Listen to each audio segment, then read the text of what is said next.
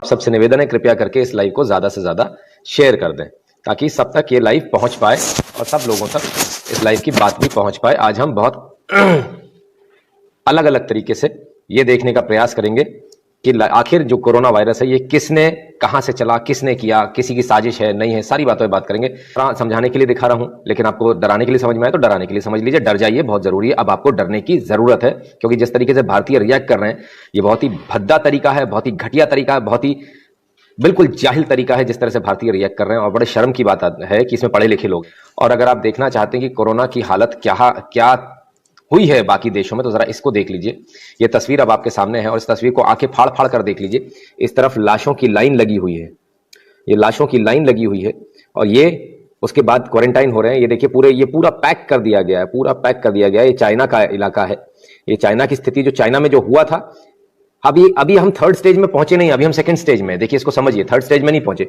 ये second stage और third stage के बीच की स्थिति है। क्या हम इसके लिए तैयार हैं?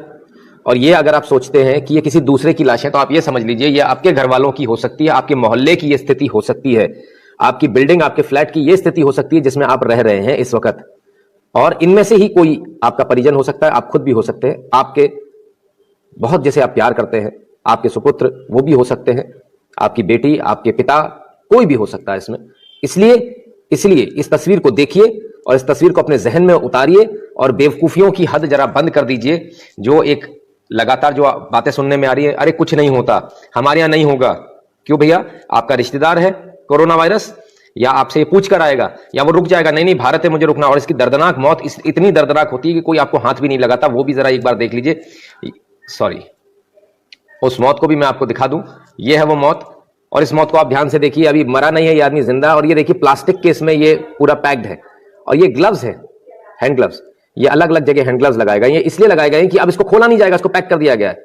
ऑक्सीजन की एक नली अंदर दे दी गई जिससे सिर्फ ऑक्सीजन जाएगी और जो कुछ करना है इधर से हाथ डाल के करेंगे। ये डॉक्टर्स को जो कुछ करना है वो इधर से हाथ डाल के करेंगे। इसको कोई छुएगा नहीं इस व्यक्ति को। अब इतनी बुरी स्थिति है। अगर आप इसे शुद्ध हिंदी में समझना चाहते हैं तो मैं ये बता दूं कि ये छुआछूत की बीमारी है।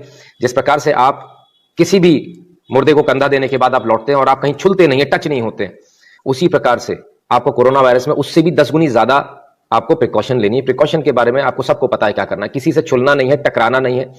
बाहर से आने के बाद सबसे पहले आपको कपड़े अपने एक एक कर शर्ट उतारिए, आपने उसको गोला बना लीजिए, गोला। और वॉशिंग मशीन जो आपके यहाँ सबसे पीछे रखी रहती है उसको मेन गेट पर ले आइए, गोला बनाकर बिल्कुल धीरे से नीचे रख दीजिए। क्योंकि जब आप कपड़े उतार कर डालेंगे, और हम ये मानकर चलेंगे, हर जगह मानकर चलेंगे ये कोरोना वायरस इसमें है।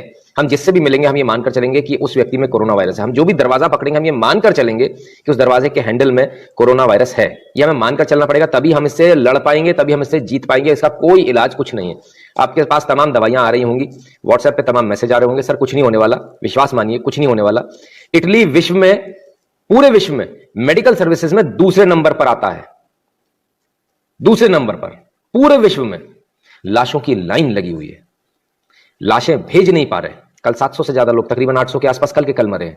वहां की सरकार चाहकर भी नहीं दबा पा रही। इतना बड़ा आंकड़ा कि वो चाहकर भी नहीं दबा पा रहे। कब्रिस्तान खत्म हो चुके हैं, पूरे भर चुके हैं।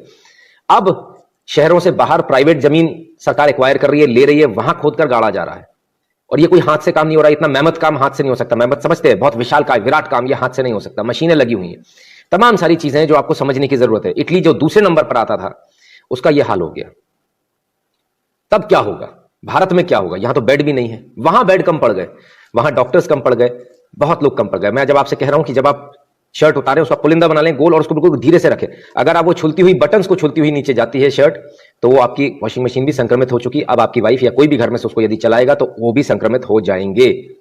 समझ में आना चाहिए। डॉक्टर्स जो कि पूरा सूट पहने हुए थे वो भी संक्रमित हो गए। ऐसे हो गए कि जब सूट उतार रहे थे तो थोड़ी सी लेतलाली हो गई, वो सूट उनको कहीं उनके हाथ में लग गया और उसके बाद कहीं ना कहीं वो एक से दूसरे, दूसरे से तीसरे डॉक्टर के पास पहुंच गया। आपने वो वीडियोस तमाम देखे होंगे जिसमें रेड और येलो लाइन बन रही है कि एक ने छुआ दूसरा इन्फेक्टेड हुआ।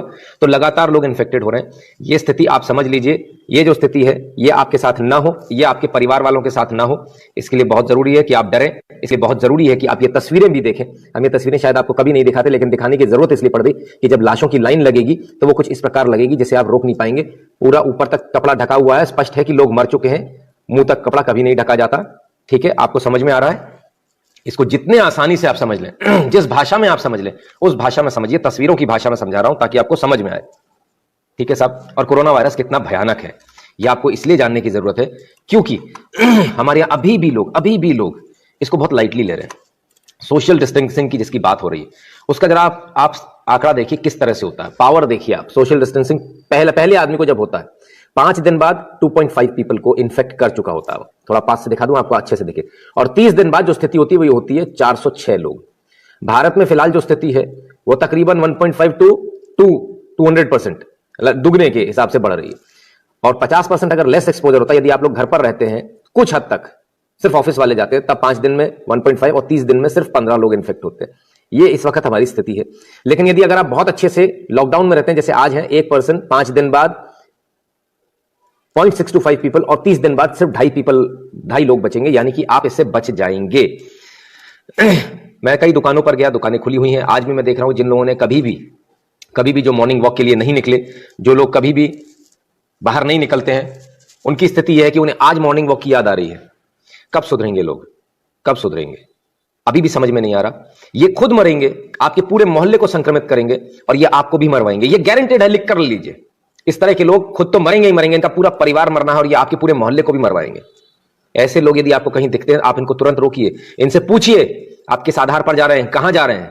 और यदि प्यार की भाषा समझ में नहीं आती तो खींचकर एक तमाचा जड़िए, कोई दिक्कत नहीं है। पुलिस एफआईआर नहीं लिखने वाली इनकी आज की तारीख में। पुलिस खुद बहुत परेशान है, पुलिस के लोग भी इन्फेक्टेड हो रहे हैं। हमारे यहाँ जो हेल्थ वर्कर्स हैं, डॉक्टर्स हैं, वो इन्फेक्टेड हो रहे हैं। तमाम सारे लोग, सेना इन्फेक्टेड हो रही है। ये सिर्फ इन लोगों की वजह से, ये उन लोगों की वजह से इन्फेक्टेड हो रहे हैं जिन्होंने अपने बच्चों को भेजा था बाहर कमाने के लिए, जिन्होंने अपनी बेटी अपने बेटों को भेजा था बाहर कमाने के लिए। और जब कोरोना वायरस हो गया, जब वो बाहर से नाचने गाने जो लोग गए थे बाहर, जो लोग पार्टी मनाने गए थे, जो लोग वर्ल्ड टूर पे गए थे, हमारे भारत में कोरोना वायरस नहीं था, ये लोग लेकर आए हैं, ये लोग लाए हैं।